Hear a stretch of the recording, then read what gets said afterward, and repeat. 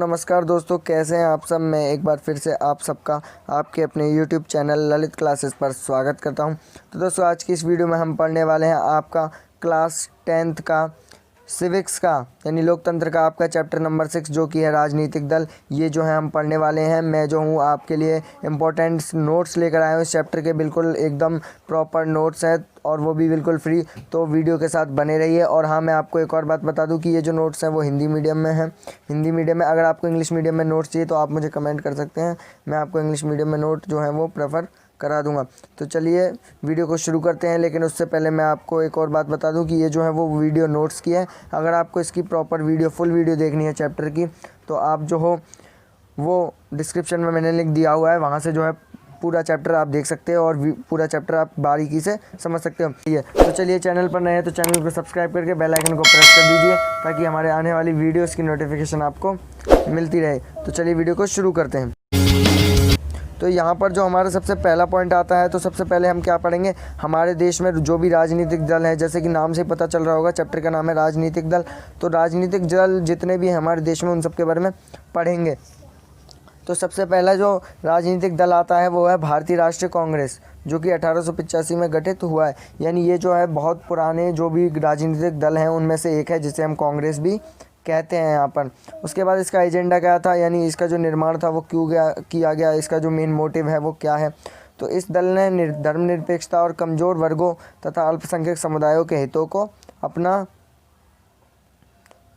मुख्य एजेंडा बनाया है। यह दल नई आर्थिक नीतियों का समर्थक है। यानी इस दल ने क्या किया कि एक तो बहुत पुराना है, बल्कि जो अल्पसंख्यक लोग हैं, जो आपके मुख्य वर्ग के लोग हैं और उन लोगों के बारे में जो है इसने कानून बनाए, उनके हितों के लिए इस पार्टी में काम किया और ये जो है बहुत सालों तक सत्ता में रही है। उसके बाद जो हमारा दूसरा राजनीतिक दल आता है वो है भारतीय जनता पार्टी, जो कि 1980 में गठित हुई और अभी भी जो है केंद्र में इसका शासन है। तो इसके एजेंडे के बारे में पढ़ें तो भारत की प्राचीन संस्कृति और मूल्यों से प्रेरणा लेकर मजबूत और आधुनिक भारत बनाने का लक्ष्य है। यानी इसका लक्ष्य क्या है कि भारत को मजबूत और आधुनिक बनाना है और अभी भी जो है इसी लक्ष्य पर यह पार्टी काम कर रही है और इसका एजेंडा भी अभी बिल्कुल यही है।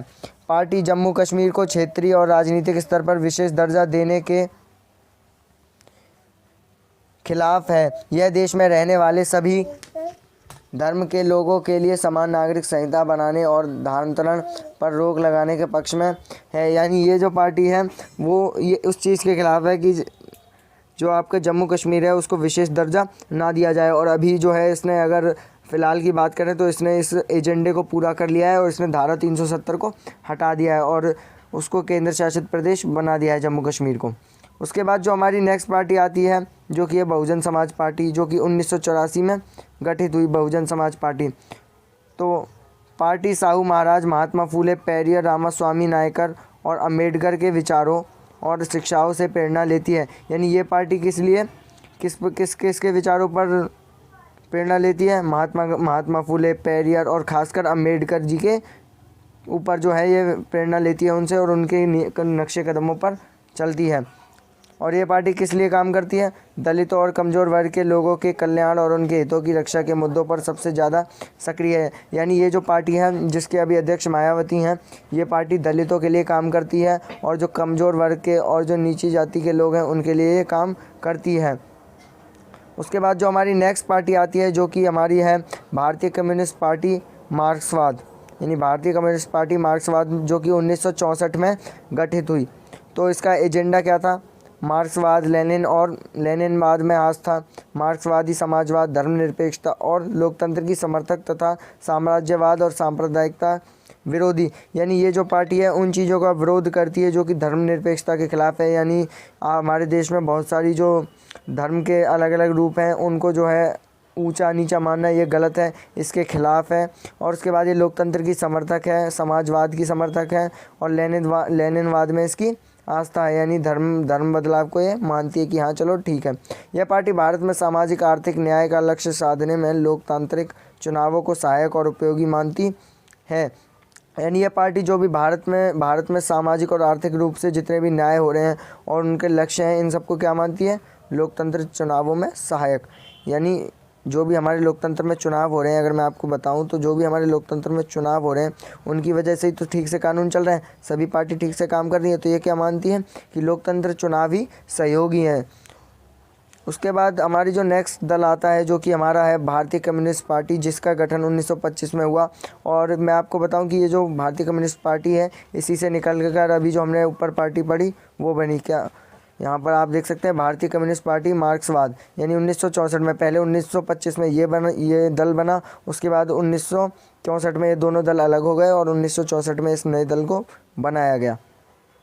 तो इसके बाद इसका एजेंडा क्या है, तो मार्क्सवाद, लेनिनवाद, धर्मनिरपेक्षता और लोकतंत्र में आस्था, अलगाववादी और सांप्रदायिक ताकतों की विरोधी है। पार्टी संसदीय लोकतंत्र, मजदूर वर्ग, किसानों और गरीबों के हितों को आगे बढ़ाने का एक उपकरण मानती है। यानी ये पार्टी, इस पार्टी के फैसले और जो अभी हमने देखी 1964 में जो पार्टी बनी, इन दोनों पार्टियों के, इन दोनों दलों के जो फैसले हैं वो एक बराबर ही हैं। इनमें जो है ज़्यादा अंतर नहीं है इनके विचारों में।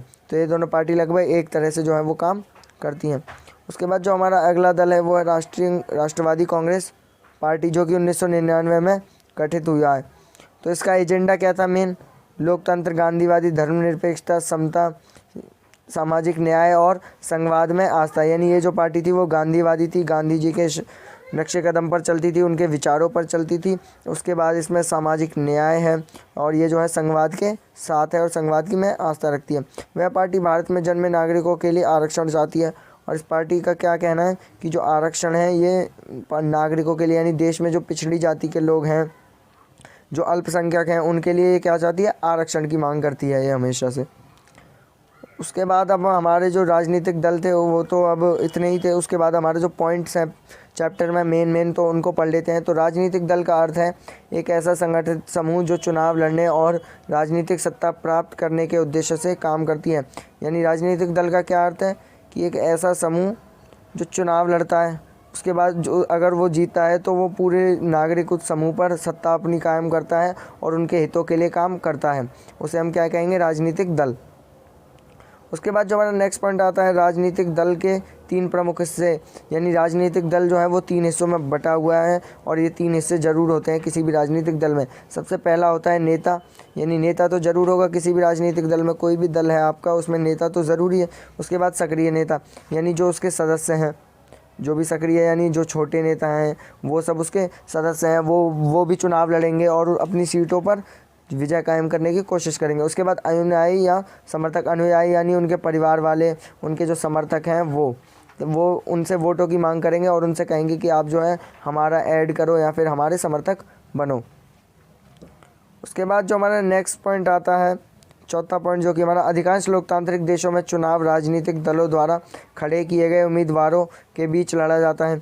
यानी जो अधिकतर लोकतांत्रिक देश हैं उनमें चुनाव किस किस के बीच होता है, जो राजनीतिक दल द्वारा जो व्यक्ति खड़े किए जाते हैं उस सीट पर, जो उम्मीदवार खड़े किए जाते हैं, या फिर मान लो कि जिनको टिकट दिया जाता है वही जो है चुनाव लड़ सकते हैं।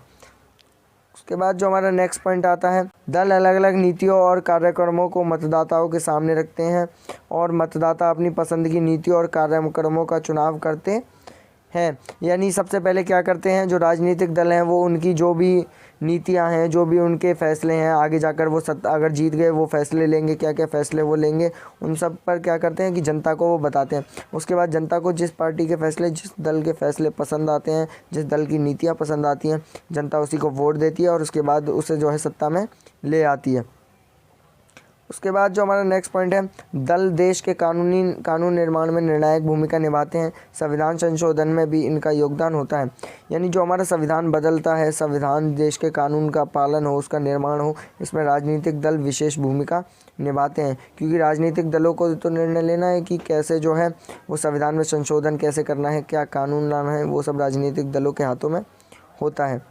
तो गाइस अगर आपको वीडियो अच्छी लग रही है तो प्लीज़ वीडियो को लाइक कर दो और आपके ग्रुप्स में भी शेयर कर दिया करो, ताकि और भी बच्चे जो हैं वो इन नोट्स को पढ़ पाएँ। और उसके बाद अगर आपका कोई डाउट है तो आप मुझे कमेंट में बता सकते हैं। तो अपना नेक्स्ट पॉइंट पढ़ते हैं। तो चुनाव में कम सीटें पाने वाले दल को विपक्षी दल कहते हैं।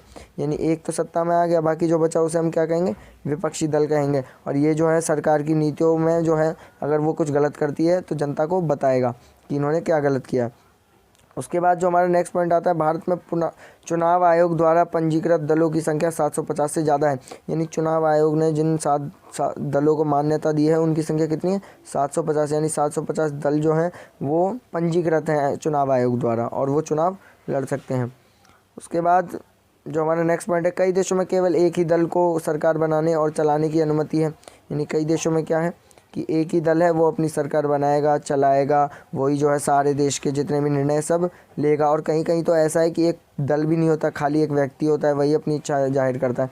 इसे एक दलीय व्यवस्था कहते हैं। यानी जहाँ पर जिस देश में एक दल होता है उसे एक दलीय व्यवस्था कहते हैं। उदाहरण चीन, जहाँ कम्युनिस्ट पार्टी का शासन है। यानी चीन है जब वहाँ पर जो है कम्युनिस्ट पार्टी एक ही पार्टी है, उसका शासन है। अब ऐसा नहीं है कि वहाँ पर पार्टी नहीं बना सकते, वहाँ पर आप बना सकते हैं, लेकिन वहाँ के जो लोग हैं वो पार्टी बनाने में विश्वास नहीं रखते, वह जो है उसी दल के साथ जाते हैं और कम्युनिस्ट पार्टी बार बार जीतती है, क्योंकि चुनाव भी वहाँ पर ठीक ढंग से नहीं होते। तो कम्युनिस्ट पार्टी जीत जाती है और वही जो है अपना उम्मीदवार खड़ा कर देती है और उसी को राष्ट्रपति बना देती है। उसके बाद जो हमारा नेक्स्ट पॉइंट है, कुछ देश में सत्ता दो मुख्य दलों के बीच बदलती रहती है। अब कुछ देश ऐसे होते हैं जिनमें सत्ता जो होती है वो दो ही पार्टी होती है। ऐसा नहीं है कि बहुत सारी, केवल 2 ही मुख्य दल होते हैं और उनके बीच बदलती रहती है आपस में, कभी वो बन जाता है कभी वो बन जाता है। इसे 2 दलीय व्यवस्था कहते हैं। यानी अभी तो हमने एक दलीय व्यवस्था देखा, अब इसे 2 दलीय व्यवस्था कहेंगे, जब केवल 2 दल आपस में एक ही देश में लड़ाई करते हैं और एक दूसरे से सत्ता को बदलते हैं। जैसे उदाहरण के लिए संयुक्त राज्य अमेरिका, यूएस है हमारा, उसके बाद ब्रिटेन। यानी ये 2 देश ऐसे हैं जिनमें 2 दल हैं केवल। उसके बाद जो हमारा नेक्स्ट पॉइंट आता है, जब अनेक दलों को सत्ता में आने का ठीक ठाक अवसर हो तो इसे बहुदलीय व्यवस्था कहते हैं। उदाहरण भारत। यानी जब ऐसा हो कि एक या 2 दल नहीं, बहुत सारे दल, 2 से अधिक या फिर बहुत सारे दल भी आप कह सकते हैं, जब बहुत सारे दल किसी एक सत्ता में आना चाहते हों और उन्हें ठीक ठाक अवसर मिले, यानी उन्हें मौके मिले कि वो सत्ता में आ सकते हैं, इसे हम क्या कहेंगे, बहुदलीय व्यवस्था। ये भी आपको याद रखना है। और इसका उदाहरण है भारत। जैसे कि हमारे देश में बहुत सारे अभी राजनीतिक दल हैं जिनके बारे में अभी हमने पढ़ा। उसके बाद जो हमारा नेक्स्ट आता है वो है शासक दल। जिस दल का शासन हो, यानी जिसकी सरकार बनती है, यानी जिस दल का शासन है देश में उसको हम शासक दल कहेंगे। जैसे कि अभी हमारे देश में भाजपा का शासन है, अगर केंद्र की बात की जाए तो भाजपा कौन है, शासक दल। और जो दूसरा जो जिसको कम सीटें मिली वो क्या है, विपक्षी दल है। उसके बाद जो हमारा नेक्स्ट पॉइंट आता है वो है दल बदल। यानी विधायिका के लिए किसी दल विशेष से निर्वाचित होने वाले प्रतिनिधि का उस दल को छोड़कर अन्य किसी दल में चले जाना। यानी दल बदल क्या है कि आप जो हो किसी पार्टी में हो, उदाहरण मैं आपको देता हूँ, आप किसी पार्टी में हो, आप वहाँ से जीत गए, आप जो हो वो विधायक बन गए या सांसद बन गए।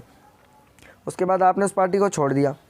अब आपने उस पार्टी को छोड़ा तो आप उसकी सीट थोड़ी ले जाओगे, आप उसकी सीट को नहीं ले जा पाओगे। अब क्या होगा कि अब जो है दोबारा चुनाव होंगे उस जगह पे, ताकि नया उम्मीदवार, अब जो पहले था वो ही जीतेगा। तो इससे क्या होता है कि जो विधायक हैं वो अपना दल छोड़ देते हैं और सरकार को जो है इससे नुकसान होता है। अभी आपने देखा होगा फिलहाल में कुछ लोगों ने जो था वो दल बदले, अपने बहुत सारे नेताओं को जो है छुपा कर रखा गया ताकि वो अपना दल ना बदल सके। तो इसे ही हम दल बदल कहते हैं। तो गाइस इस चैप्टर में हमारे इतने ही इंपॉर्टेंट पॉइंट्स हैं जो कि मैंने आपको सारे के सारे बता दिए। सो गाइस अगर वीडियो अच्छी लगी है तो प्लीज़ लाइक कर देना और चैनल पर नए हैं तो सब्सक्राइब कर लेना। और आपको बता दूं कि जो भी मैंने आपको बताया उसे नोट करके रखा करो, क्योंकि बहुत इंपॉर्टेंट है ये। तो guys thank you so much for watching this video and good bye.